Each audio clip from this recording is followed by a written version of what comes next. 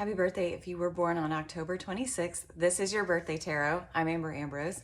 Your cards are going to be the Four of Wands and the Moon.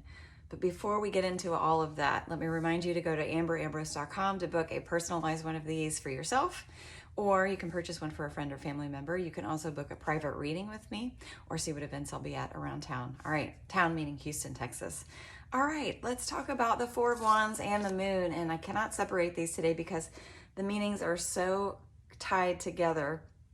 And what I got from these is that this year, so I always kind of joke for myself that like, oh, okay, I'm going into feral girl fall. What does feral mean? So I'm talking about the Four of Wands, just the celebration of life that we see in this card. There doesn't have to be an occasion. I mean, they could be getting married. There could be some kind of community celebration. We don't know, right? So this is what the fun about tarot is. We get to fill in the blanks.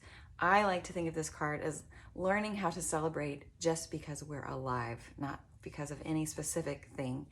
That is really hard when we live in a life where there's just a lot of to-dos. There's a lot going on. And to simply find joy in the daily is a practice, shall we say. And then we have the Moon, which normally talks about subconscious fears and beliefs coming to the surface. It talks about cycles.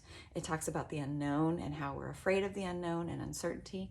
But actually, I'm thinking way more about the animal instincts that are portrayed here in this crustacean and these wolves or coyotes, and how the moon can bring that out in us. You know, humans, we are animals.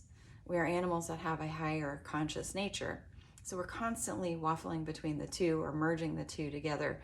And this year, what I think is coming out is just an ability to celebrate, find joy, to release some of those self-limitations that are afraid of what other people will think, that are kind of holding yourself in. We live in a very, very, very domesticated world where there's not a lot of wildness. We don't get out into nature a lot.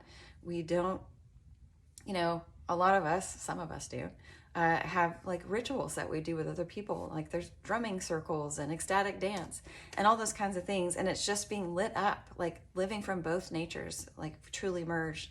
So I'm thinking this year is a year that you're letting go of a lot of self-limitations and allowing your self-expression to flow more freely. And that's what I mean by feral. Okay, let's talk about cleanse, your word of the year. Wash your weary spirit clean and take a walk in the wooded glades. Cleansing a lot of this self-pressure to be a very certain kind of way and just being who you are.